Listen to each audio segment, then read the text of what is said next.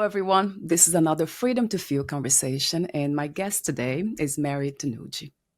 She's a clinical social worker supervisor, mentor, coach, and social worker educator. She's also an author. I will mention some of her books here, but I wanted to say that before.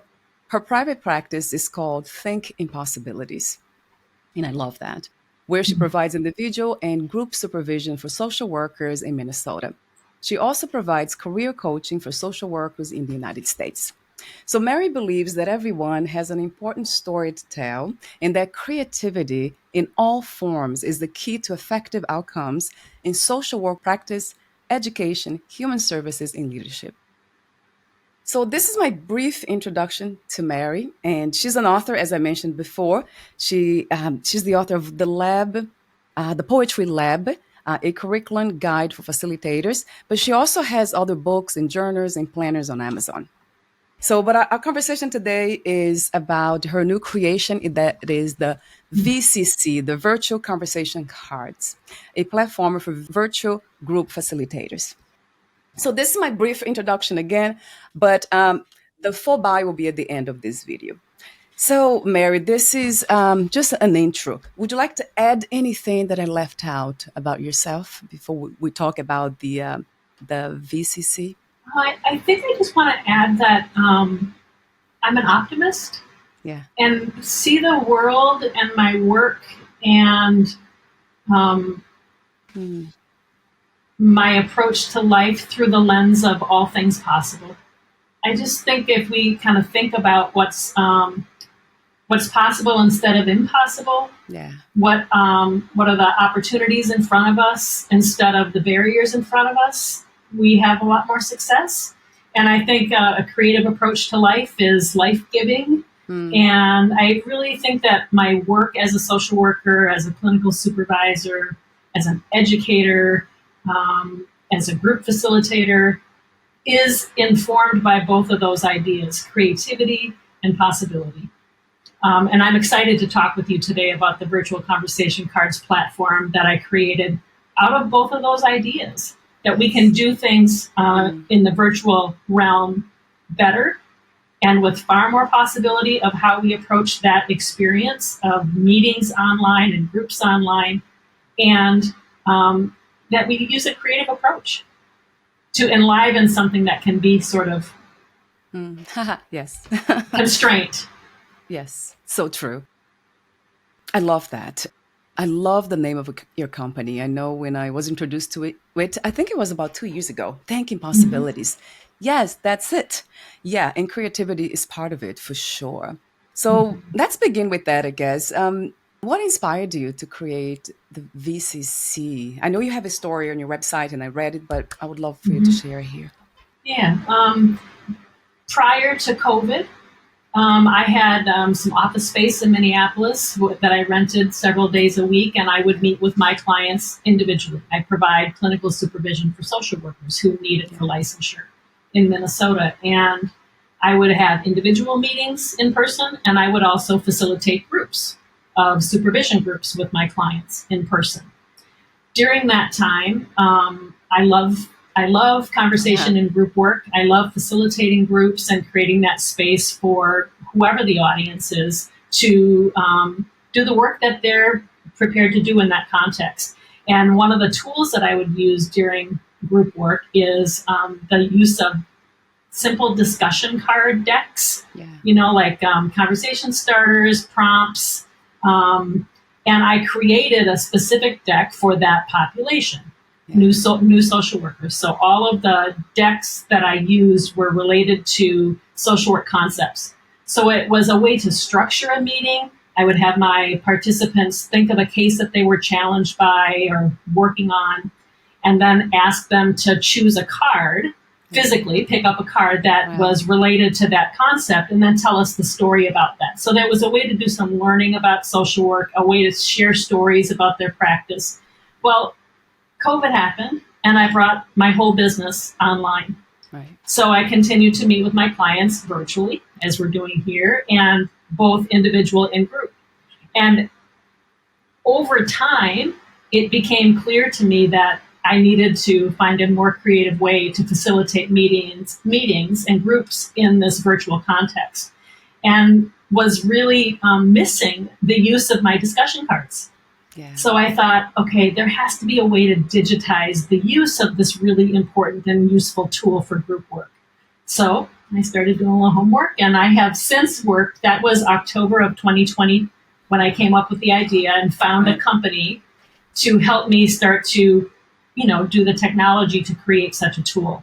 Well, I have been through, if you include my stepson, 4 companies. I'm on my 4th company helping me develop this product, and it's functional and in motion, and I'm using it in my practice.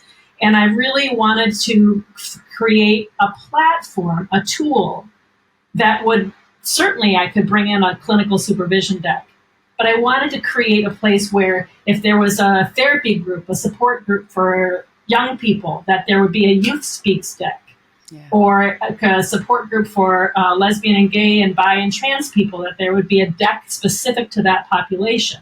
So a therapist who's facilitating that group would have that as a tool to foster discussion, to increase engagement in the meeting, to keep people engaged in the virtual meeting, right. To have us have something else to look at that's attractive or pretty instead of one another only. So I've been on this mission since, over 3 years ago, and I'm very excited about the platform, the functionality of it, and am now just trying to get the word out for other therapists, social workers,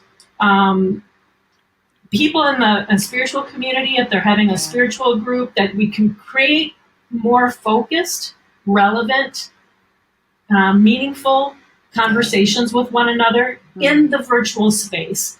And I do believe it has application and use in those environments, but also in business. It could be used as a really excellent platform for a staff meeting. Could be used as a really excellent platform for some professional development, team development.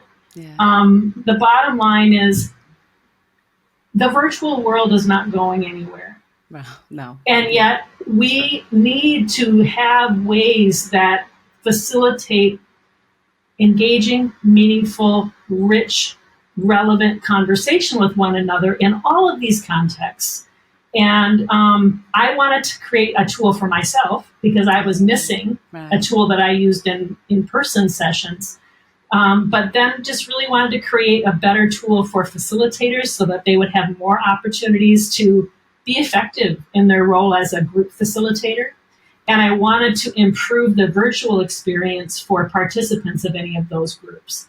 And I think I've achieved that. And again, I was just really excited that you were willing to let me tell you about it and show you today.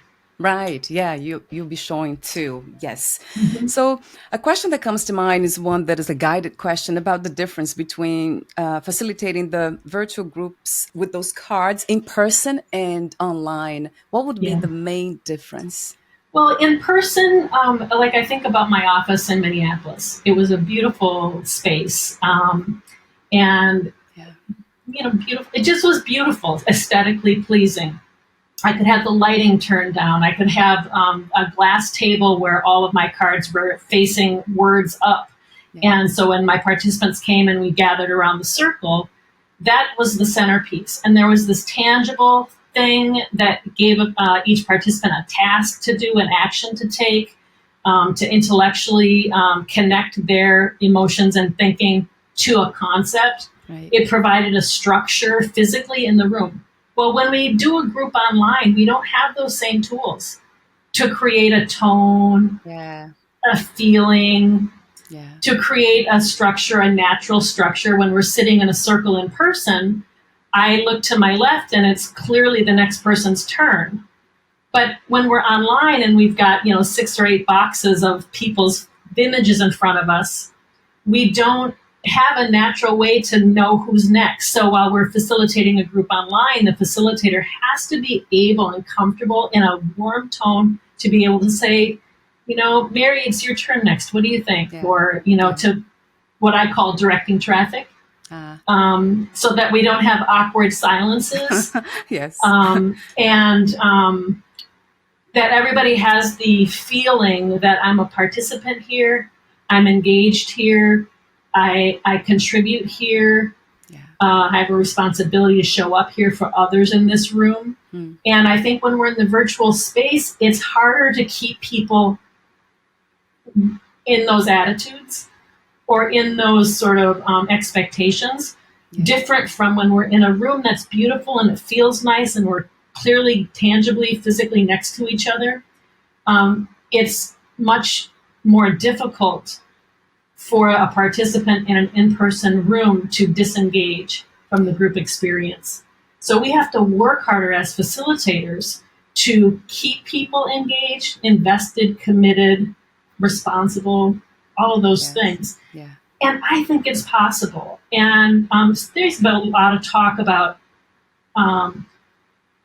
Zoom fatigue, Yeah. and a lot of talk about these meetings online. I just am a believer that it was a gift to Yeah. us that we could remain connected. And I feel very confident, and you're a living testament to it. I feel very confident that it is possible to create a warmth and an authenticity and a Oh yeah. genuineness and a felt sense of I'm sitting with another human being, Mm. Yes. and we can be connected and we can have a meaningful conversation and do some meaningful learning and growing together. Hi, Mary. Yeah. It won't happen by accident. So I think I want to give facilitators both the message that I think it's possible, and this is a tool that we can really capitalize on. It's opened accessibility for so many people to belong, Yeah. Mm. for people who can't make it to an in-person group, even now post-COVID. Maybe they live in a rural setting or just don't have the transportation or whatever. So we can create so many more opportunities for people to belong, to learn, to connect, not be so isolated. And that won't happen by accident. The facilitator has to be really quite on purpose about that. And again, the virtual conversation cards platform is one tool to add to the mix of wanting to be that engaged, committed facilitator Yes. How wonderful. of whatever kind of group. Yeah. My background happens to be mental health and social work, and I'm also an educator. But most definitely, I think about very specific populations: people struggling with substance abuse or in recovery, people in spiritual groups or spiritual communities, the for-profit world, staff teams, the team development, nonprofit world. There's just all sorts of reasons people benefit when we gather. Oh, for sure. Yes. So, Yes. A billion times to that truth. Yes. And I love the way you talk about belonging. Yeah, that's a powerful message. We all love that sense of belonging somewhere or being understood, being seen. It's almost like the idea that we matter. Somehow we have something to yes. say that could matter. It matters to ourselves and others. It could help others. So that's such a wonderful idea. A question I have for you, I would love for you to show it right now, but before that, Okay. have you seen this idea of, of virtual conversation cards out there? Does it already exist? Or this is something completely new? I haven't seen it. Yeah. I have seen a couple of examples that get close. One is a phone app called Deckable, Yeah. and it's Deckible, Deckable. And I actually it's a marketplace Yeah. um, for people who, like me, like to create discussion card decks or tarot decks, that kind of thing. This man, Nick Kellett, has digitized the use of Wow. those cards. And he's got a marketplace so creators like me can have their decks digitized and used on Deckable. So I have 3 of my decks on Deckable, Yeah. but that isn't intended for group use. It's intended for an individual. So me as a person with my phone in my hand, I can, do a tarot Right. reading, or I can Right. use a journal card or something like that. And then online, I have seen some platforms that are about value sorting. So there's drag and drop functions on the computer for someone to do sort of a value assessment of their own values. Yeah. But I haven't seen something like this. I do think it's unique. Haha. It sounds to me, I never heard of anything like it. So there you go. You're really living, kind of being the living message, the proof of possibilities and creativity. What's not to love about that, Mary? So yes, I would love to see it, that we would love to see it. So how does it work? Okay. Talk to me about from the very beginning. What if we are interested in learning more? What's the first step and where do we go from there? Okay, so I'm going to share my screen. And I think all you see right now is my Yes. platform. Yes. Okay. So how this works and how a person would find it is my business is called Thinking Possibilities. And if they came to my website, thinkingpossibilities.com, they would see this menu across the top. Yeah. They would click on virtual conversation cards and they would land here.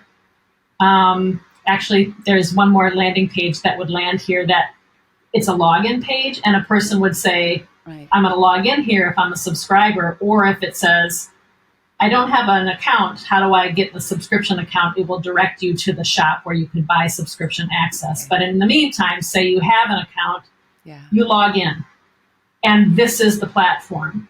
Right. And you would send your participants of your group the link that's up here. And they get a password, and that you give them that password. And so all of a sudden, here are your participants who are present in the group. Ellie's here, Laura's here, Melissa's here, Josie's here, Kathleen's here. And this tip facilitator, that's me, Thinking Possibilities facilitator. Yeah. So this is the room, essentially, that you're facilitating your meeting or your group in. Right. And I right now have 7 decks populated, and I think the sky's the limit on the number of the kinds of decks that I could create. I use the clinical supervision deck on a regular basis for my social workers. Yes. But I also just recently populated a parents talk group, which is imagining for a parent support group. Yeah. And we'll use that as an example. Okay. So you click on a deck, and by the way, this is a simultaneous use. So Valeria, if you were logged in, wow, you would have control as well. So I would, as the facilitator, I would say, next participant is going to tell us who's going to go first. And in this case, it's Melissa. Yeah. And it shows down here in white that it's her turn. So she, on her computer, would say, I'm going to choose a category: managing parenting responsibilities, understanding child development, identifying support, resources, strengths, and resilience, check in and make connections, and the joys and challenges of parenting. Melissa would choose a category and just click on the card type. Let's say, let's go here. And when she clicks on that deck, that category, it spreads open, and then Melissa would choose a card. Yeah. And then Melissa would read us the card. Balancing act. How do you balance providing support and guidance with allowing your children to face age-appropriate challenges and develop resilience on their own? Melissa, how do you do that? So Melissa would read the card, and then we would be off to the races in a conversation about that. And as a facilitator, I would, support Melissa to answer the question, but it's more than that. It's now we start to engage the other participants. How do you all do that? How do you manage your kids facing a challenge, but you're wanting to foster their sense of resilience? Right. And then it becomes, what happens is that card goes down to the discard pile, so it doesn't get drawn again. And then we click next participant, and then it goes to the next person. In this case, it's me. And then I can go back to the categories, and there's usually 5 categories. Yeah. And I pick a category: managing parenting responsibilities. I click a card. Managing overwhelm. Can you share a recent experience where you felt overwhelmed by parenting-related concerns, and how did you manage those feelings? I love those.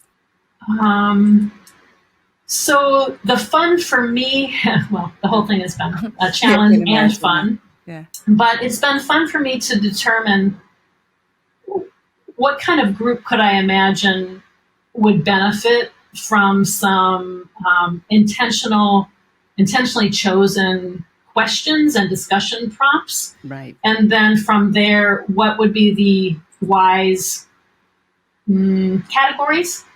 So I've made a daily intentions deck as well, is another good Yeah. example. And I use this as a checkout often at the end of each group. And I'll say everybody gets a turn to choose an intention for the week or the day or the month. Yeah. And the categories are financial well-being, intellectual well-being, physical well-being, social well-being, spiritual and emotional well-being. And I don't know why that's there twice. That's a glitch. Ah. Yeah. So we'll click on that card and somebody picks that card and then they choose their actual card. Hafiz or Rumi, anyone, find spiritual grounding in poetry written by Rumi or Hafiz. These two Sufi poets often wrote poetry about the spiritual world. Some read their poems as part of their daily spiritual practice. Yeah. You might consider that for the next month. Choose some poetry to be supporting your daily and spiritual journey. Right.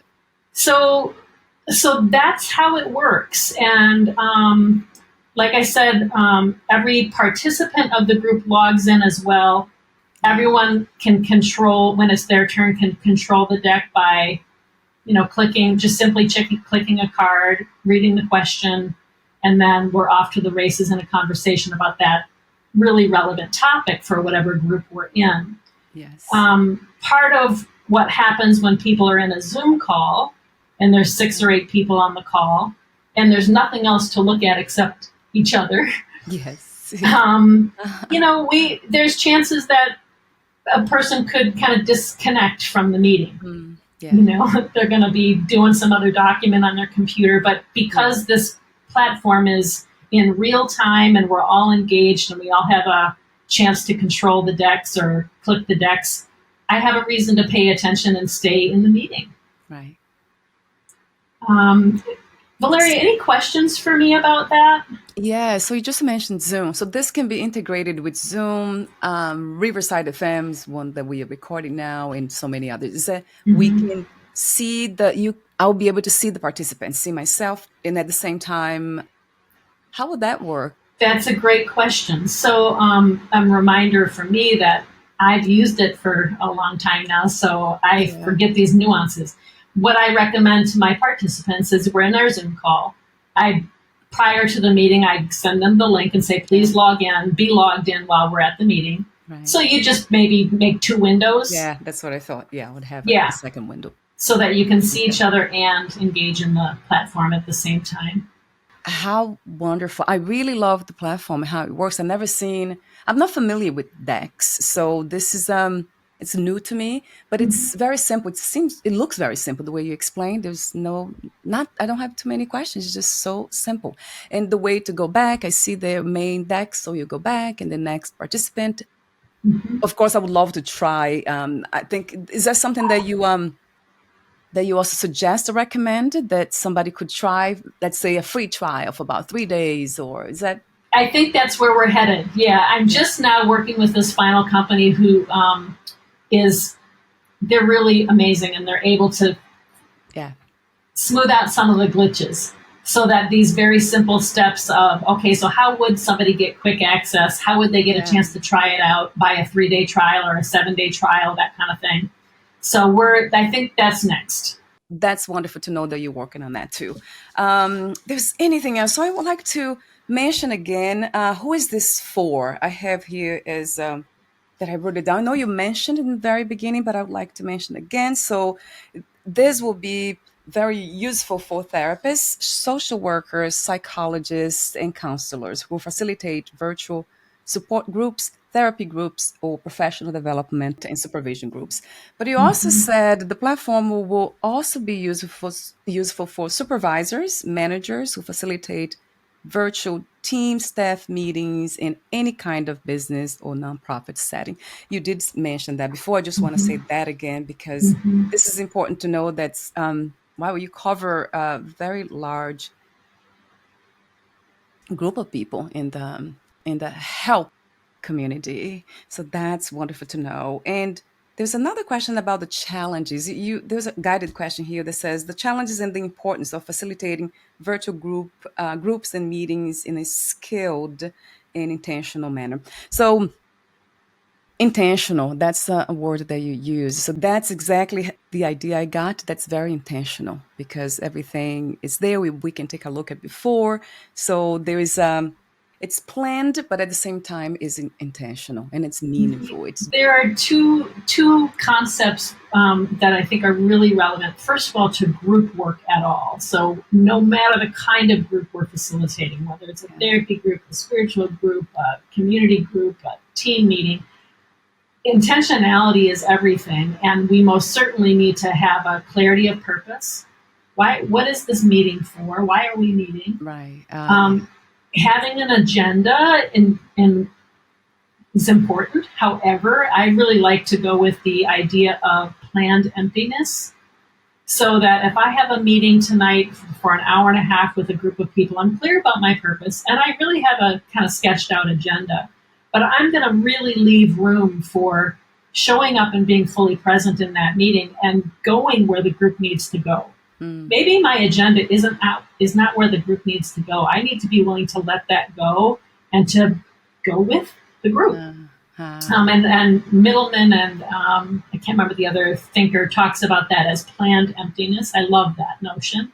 Yeah. And then the other way of thinking about the importance, especially of group work online, is this notion called community of inquiry. And an effectively facilitated group virtual experience attends to three areas of presence. One is, and it comes out of education, so education would talk about it as teacher presence. Yeah. And in this case, I think about facilitator presence. How do I bring my presence into this virtual planet? How do I make space for student or participant presence? How do I make space for their personalities to shine through and to really be present in the room? Mm. And how do I attend to what education would speak to as cognitive content or cognitive presence? I think about it in terms of content. Am I really deliberate about making space for the relevant, wise, contextual content and its presence in the room? My decks do that.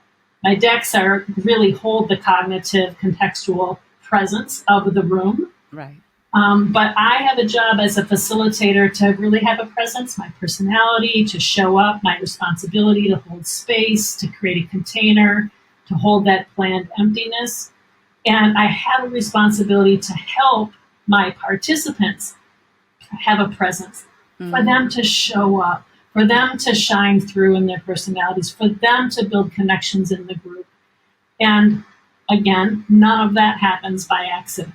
It won't happen unless we're on purpose and we're cognizant of those ideas. Facilitator, participant, contextual presence.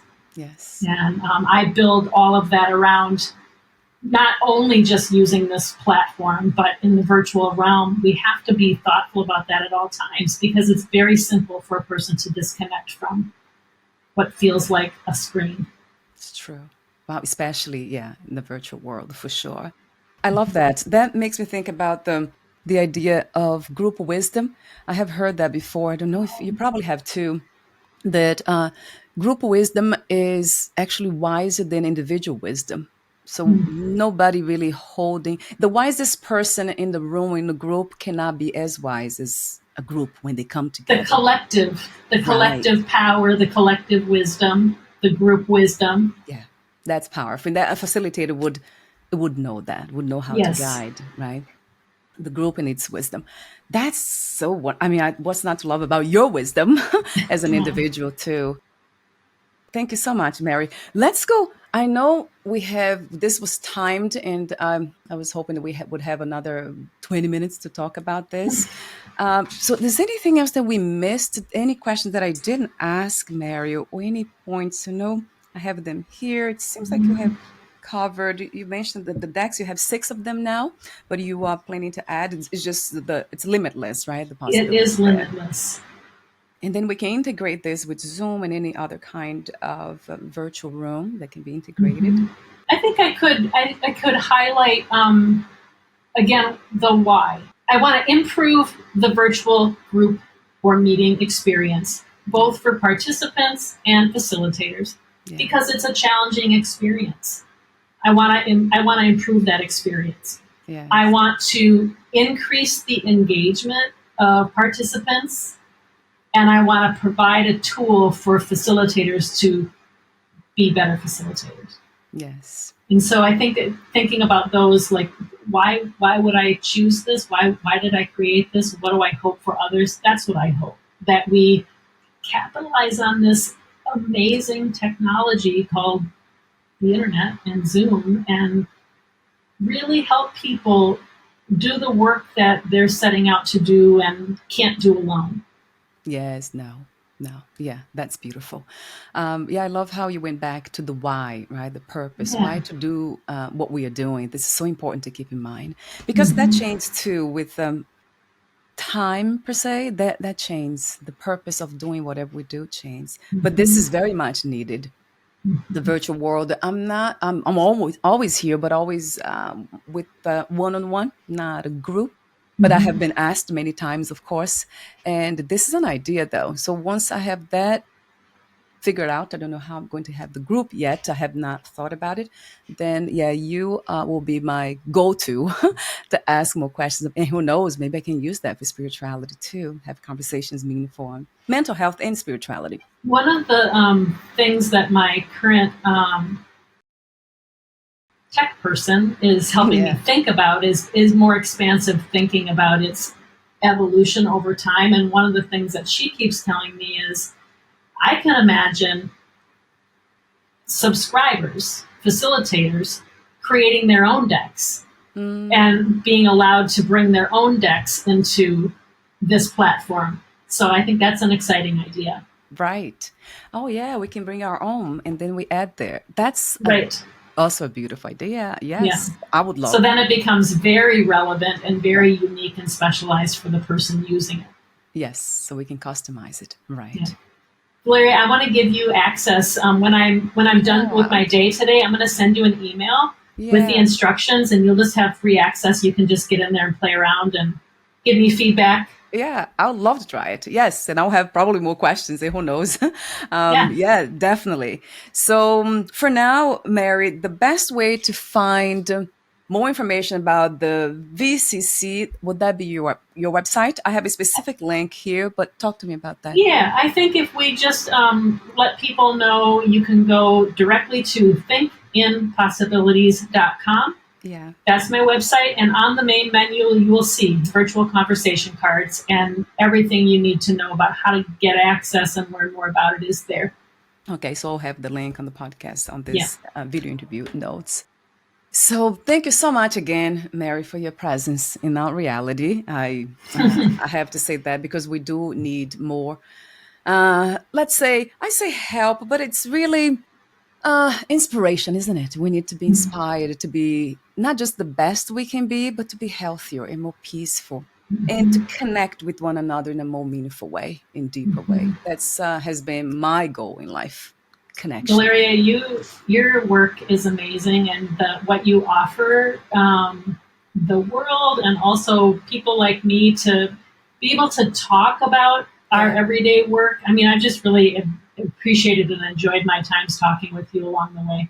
Oh my God, yeah, I feel the same. I know we've been doing this for a while, not like this way, but now Yeah. it's fun to meet you too.